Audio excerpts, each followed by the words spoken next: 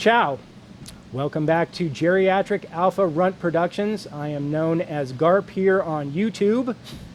Please like, subscribe, and share if you're enjoying the content, because that's going to help us get to 1,000 viewers. I'm not really sure where we're headed or what the goal is, but certainly want to try and do the best we can to get a following here. So Mark Bua is going to talk to us about his car collection today, and anxious to hear about it. What you got, Mark? Yeah.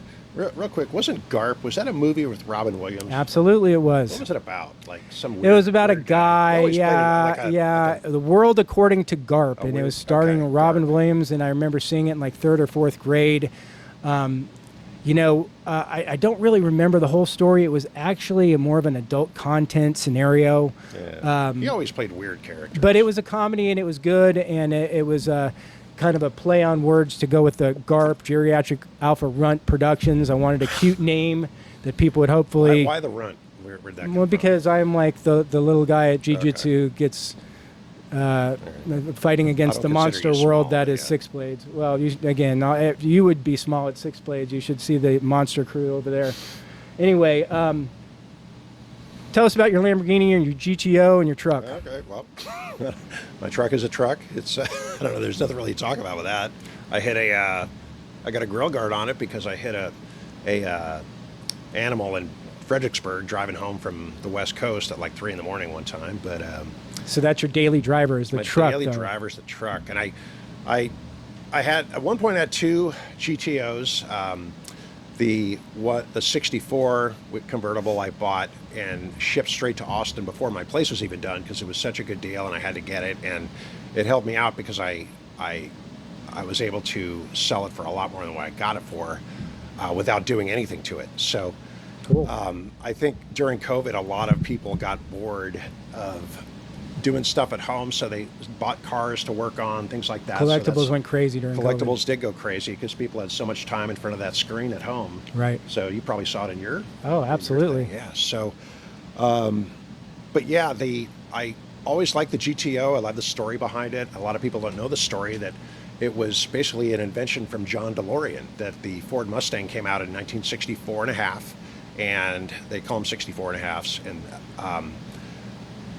Pontiac, which was sort of treated like the redheaded stepchild of GM because they just didn't get the resources that Chevrolet and or I don't know what the other branches were at the time, but they told John DeLorean had an idea. It's like, how about we put a big engine in a regular size sedan, convertible or hardtop, whatever, and so we can compete with this newly emerging muscle car that Ford is putting out. And so GM basically said, okay, you can make 5,000 of them in 1964. So the initial 5,000 sold out, and it was basically a Pontiac Tempest that was with a big block engine and some fancier racing stuff. What kind of horsepower are we talking here?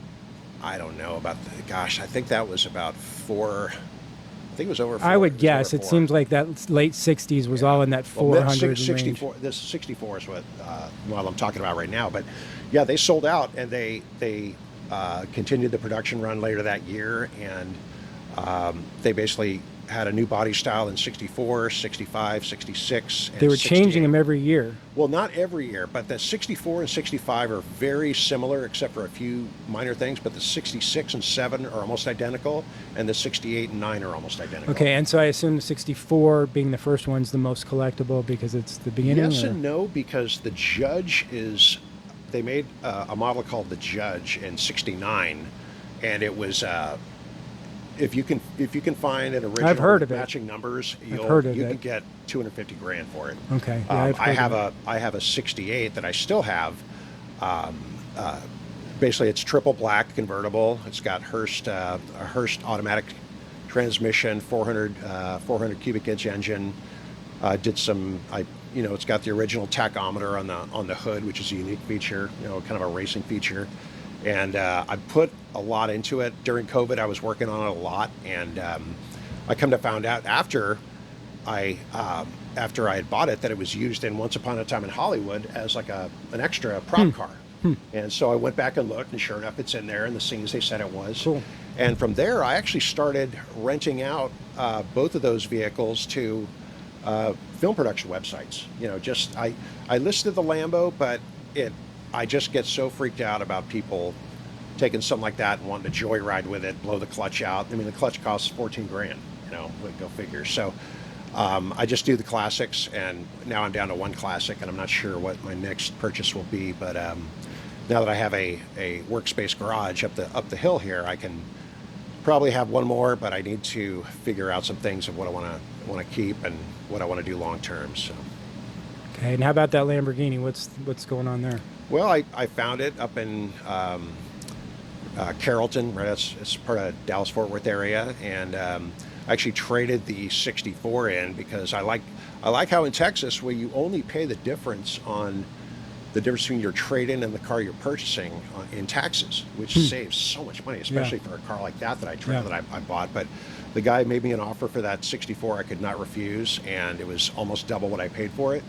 And I used that to basically justify getting my dream car that I had on my wall when I was probably 11, 12 years old. We all had a Lamborghini poster. Countach, right? The white Absolutely. one with the big, long 9-foot one that it had a double spoiler. Yeah. Well, do you know the one that had a double are spoiler? More wide than they are long as Right. a whole. Ferraris are longer. I looked at a Ferrari, and just to let you know, I didn't buy all this stuff on a police salary or anything. I made some very good investments probably in around 2013, 2014 that I held on to, and I was able to, semi-retire comfortably. So. Well, and I mean, obviously that we're going to be able to segue into your business that you do through eBay. A lot to talk about there, and that's takes up so much of your time. Yeah. Anything else about cars? I mean, like, what do you think about the Texas roads here? You got these Texas turnarounds on the far left lane. Yeah. That at first it was really hard to get used to, but now it's like ingenious. And why don't all states have turnarounds? I know. Well, I mean, it's kind of thing. I don't drive the Lamborghini or I don't drive the GTO much in the summer at all because it is a 58-year-old car or whatever. Anything can happen at any time, and so I don't like to drive it far, and the heat can contribute to certain things. Have you noticed that on the 130 toll road, there's basically not a speed limit? I haven't driven it that much. I heard that they're going to be opening a road somewhere here in Texas where they're not going to do a speed limit, and somebody was saying it's the first ever. And I wanted to say in Montana, I thought they already had done a no speed limit road. You would be breaking federal law if you did that. Even on a toll road? I mean, it would have to be private. It would have to be a private road owned by a private entity. Interesting. I'll tell you, I've been on 130 before, out near the racetrack, and people are driving 100 miles an hour, like commonplace 100 miles an hour out there. It's not. I want to say that the speed limit's 85 though. So if you're going 100, it's not even that. 85? Are you Isn't sure? it? I don't think so. I don't know. But I don't know either. I know it's that nuts over by the Tesla factory and stuff. They don't allow Autobahns in the U.S. At least not on government. Of course, government of course. I did read an article where they said they were going to be bringing one to Texas.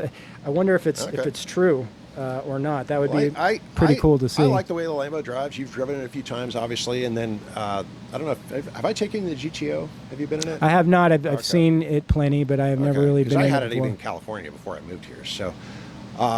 But yeah, with the Lambo, I'm constantly getting people wanting to race me. I'm like, hey, knock yourself out. I don't want to burn out my clutch just because of my freaking ego and risk, crashing. I don't have anything to prove to anyone. And, I'm in a car club. I'm not really involved in it. I'm not trying to sound like, I'm freaking all that in a bag of chips. But people who are really, really into like cars like Lamborghinis and.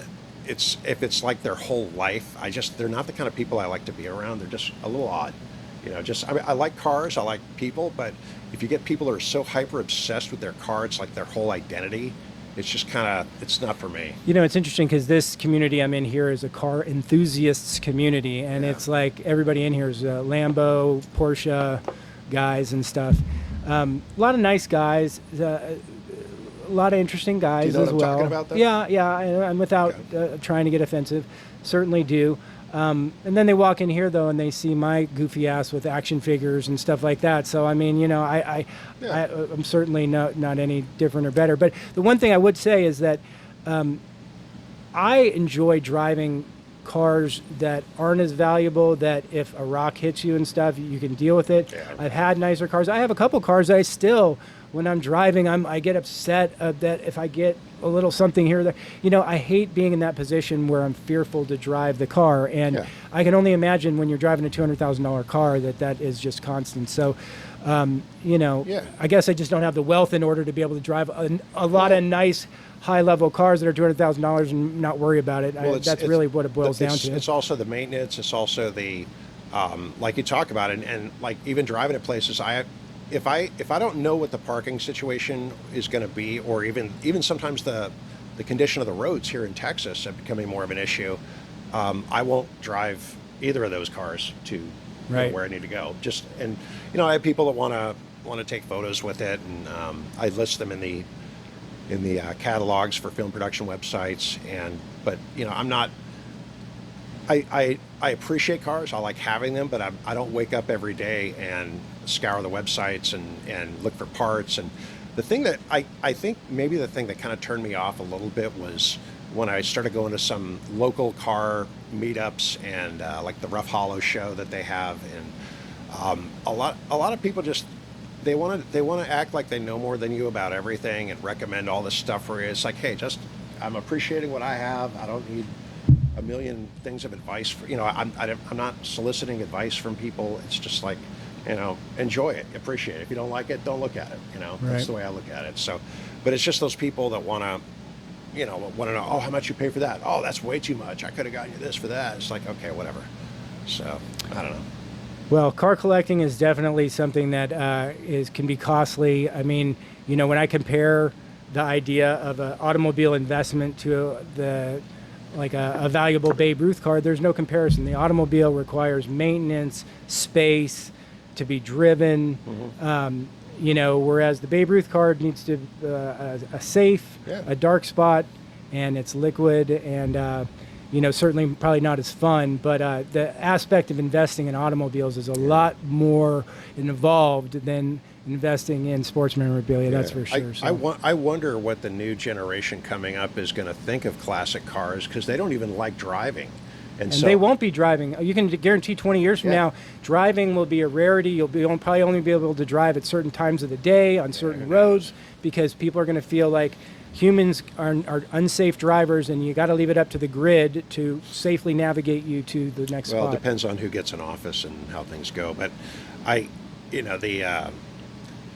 and I also wonder too, because a lot of the 20 and 30 somethings they're not into owning things either, as it relates to collectibles even. Yeah. And, Yeah, that's true. everything's digital now. They're so used to everything being on a screen that they don't have the desire to own like tangible assets, really. It's interesting. That's interesting insight. Yeah. All right, let's wrap this one up. We got one more to do. We're going to be talking about eBay next. Come back and join us. Thank you.